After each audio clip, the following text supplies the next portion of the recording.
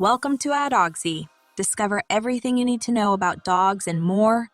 Our goal is to help you become the best friend and understand your furry companion on a deeper level. We provide information based on current research and the experience of seasoned dog owners. If you'd like to support our channel and help us create new videos, you can make a donation through the link in the description.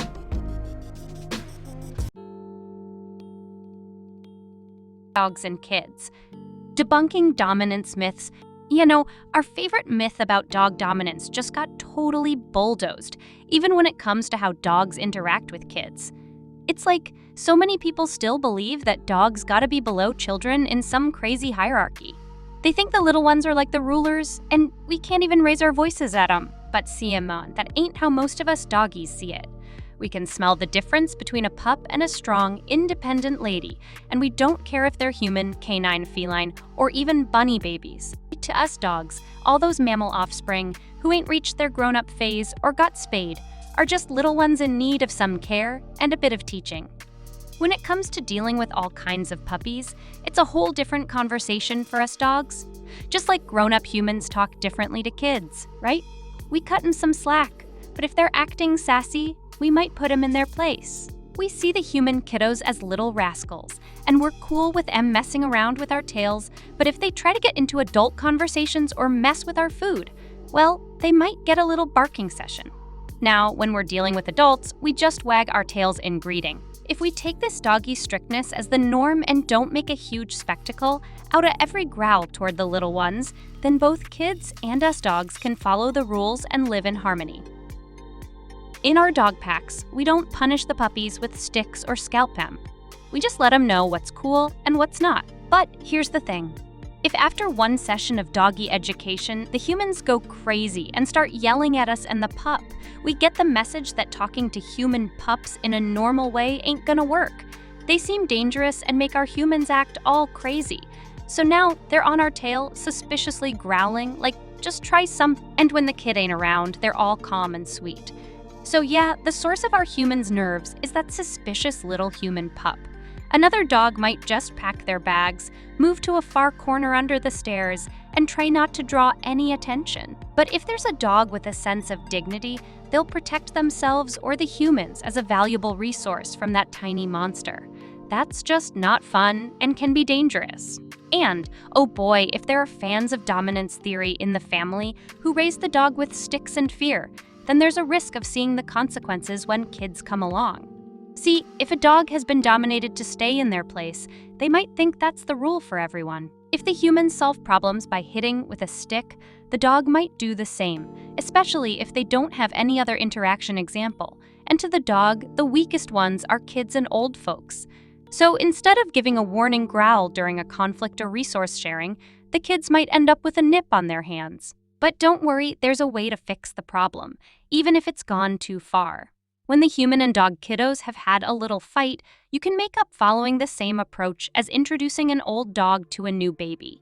You can easily let the dog know that the kid is a magical creature that brings joy. When the little one appears on the horizon, you can shower us dogs with treats, start games, and show love in various ways.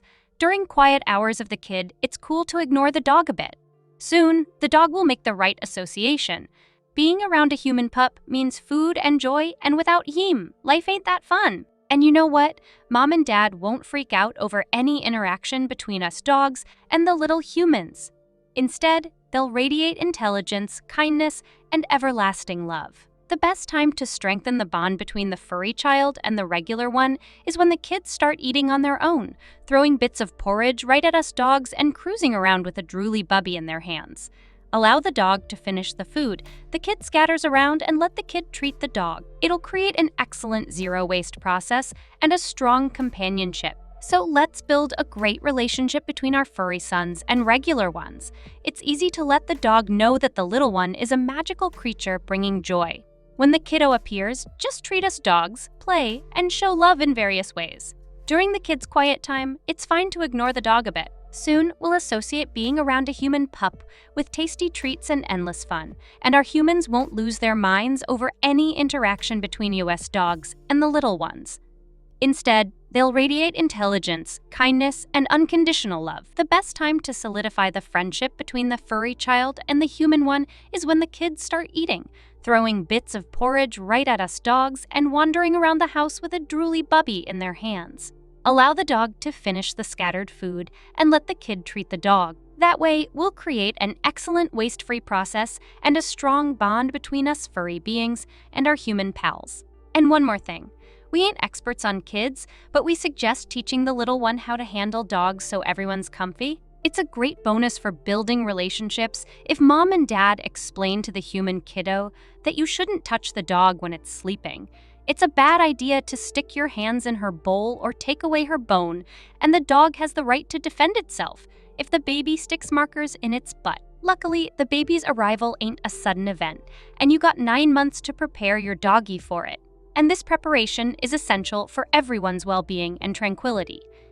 If your dog has a history of fear aggression, it's good to work on it with specialists before the new baby comes into your home. Fear aggression also stems from a lack of trust. If the dog won't let you trim its nails or tend to its wounds, chews on your fingers, and hides at the slightest hint of scary manipulations, it means there's no trust. And trust is crucial in a family with kids. It's the key to everyone's safety. If such issues are resolved and there's love and harmony with your dog, you can confidently start the planned preparation. A couple of months before the baby's birth, parents usually figure out how the daily routine will change, where the crib and changing table will be placed, and where the dog might need to relocate to not disturb the little one. Ideally, your bedroom would have space for both the crib and the dog's bed, but conditions vary for everyone. If the dog needs to move, do it as early as possible before the new family member takes its rightful place. Any changes in the dog's life that it might not like should be introduced in advance, so it won't associate them with the baby's arrival. Moving out of the bedroom area, walking on a different schedule, prohibiting the dog from going on the couch, and other sad things will be less stressful for the dog if they are introduced as part of a plan. Not in a panic with the baby's cries. When the mother goes to give birth, the father will have at least a couple of days to not only decorate the nursery with balloons, but also prepare the dog for the new situation. During this time, it's best not to engage in heartwarming conversations about motherhood, and it's better not to talk at all. Take the dog outside only for hygiene purposes, feed it a reduced portion, and try not to play with its favorite toy.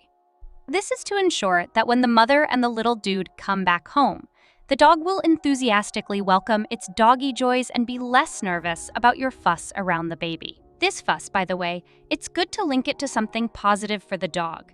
The easiest way is to scatter treats on the floor so it can collect them and worry less. You don't need to lock up the dog before the mother's arrival, and you don't need to hide the baby on the top shelf to avoid any accidents.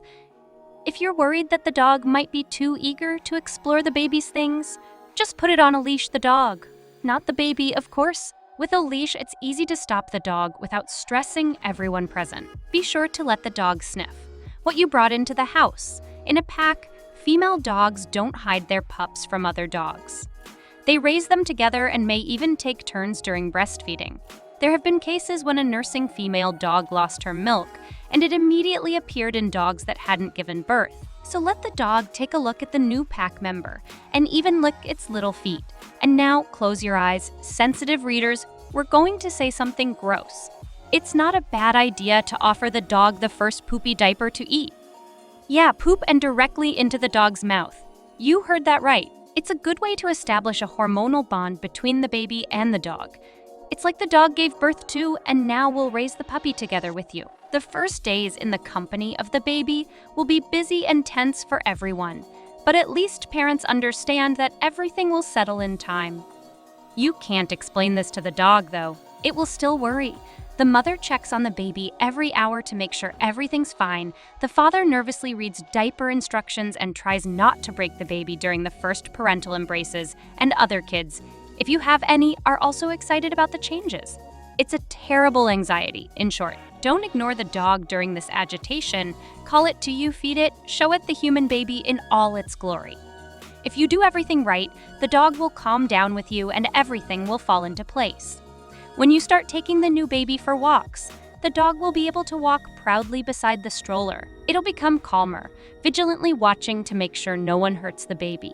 One of our acquaintances has a problematic and aggressive dog that simply doesn't like people, especially children. We help the owners deal with the dog's issues, but its difficult temperament and misanthropy persisted.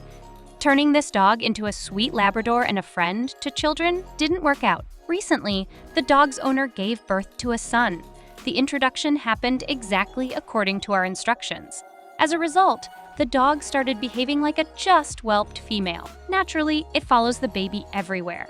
Sniffs his bottom to check if it's time to change the diaper, licks his little feet, and makes sure everything is up to the standards. When someone else takes the dog for a walk without the baby, it gets anxious and does its business in a hurry, then rushes back home. After all, the little puppy is left unattended there. This is a completely normal story. From the dog's perspective, they are raising the young male pup together with the alpha female owner. If the dog comes running to you, hair raised, at the slightest sound from the baby's crib, make sure to praise her for her vigilance. This way, she will feel needed and useful, and as a result, she'll become calmer and more confident. And it's convenient for you to have a ready-made furry caregiver instead of a baby monitor, letting you know if something's not right in the crib. But not all dogs are willing to sign up for babysitting duty. Some of them don't like puppies and kids, and that's normal. Don't demand such a reaction from your dog. Just find time to interact with her without the little one. Feed her from your hand more often in the baby's presence, so she doesn't feel abandoned. There are many dogs in the world that, in principle, don't like children, but it doesn't mean that the owners of such dogs will have to become child-free. Any dog can accept its own offspring if they are properly introduced and their contact is consistently reinforced. It's like with cats. A dog might chase after other people's pups in the neighborhood, but it will respect its own as if they were the English queen. Choosing the right breed can also help dogs and children live peacefully, if by chance you're bringing a dog into a family with kids rather than the other way around. It's best not to follow the trend of getting a dog of a certain type based on photos with happy kids riding smiling Labradors. March and Saylash, or lately, many families get Jack Russell Terriers as couch dogs or junior companions for kids. Few consider that despite their compact size, these are serious hunting dogs with explosive temperaments. They need crazy physical and mental exercise. Otherwise, they'll create an apocalypse at home and engage in nuclear warfare during walks. If you want a small and convenient dog for the family, go for a Corgi. At least it's an intelligent shepherd breed with a stable psyche, bred to work with humans. By the way, the idea that Labradors are the best dogs for families with children is also a misconception. Yes, they are friendly and cheerful, but they might love the little one too much with their energetic play and inadvertently hurt the baby while wagging their tail in excitement. Labradors don't quite understand that they are actually big dogs with dinosaur-like tails. So, in a family with small children, it's better to choose large dogs with stable temperaments. Bull Terriers, Cane Corsos, Limburgers, or any bearded Schnauzers are excellent choices. These dogs can handle it if the child crawls on them for hours and pulls on their ears and tail. Small dogs are not suitable for families with young children. Toy Terriers, Yorkies, and Griffons are too delicate. They might awkwardly jump out of a child's arms and injure their spine or accidentally get caught between doors.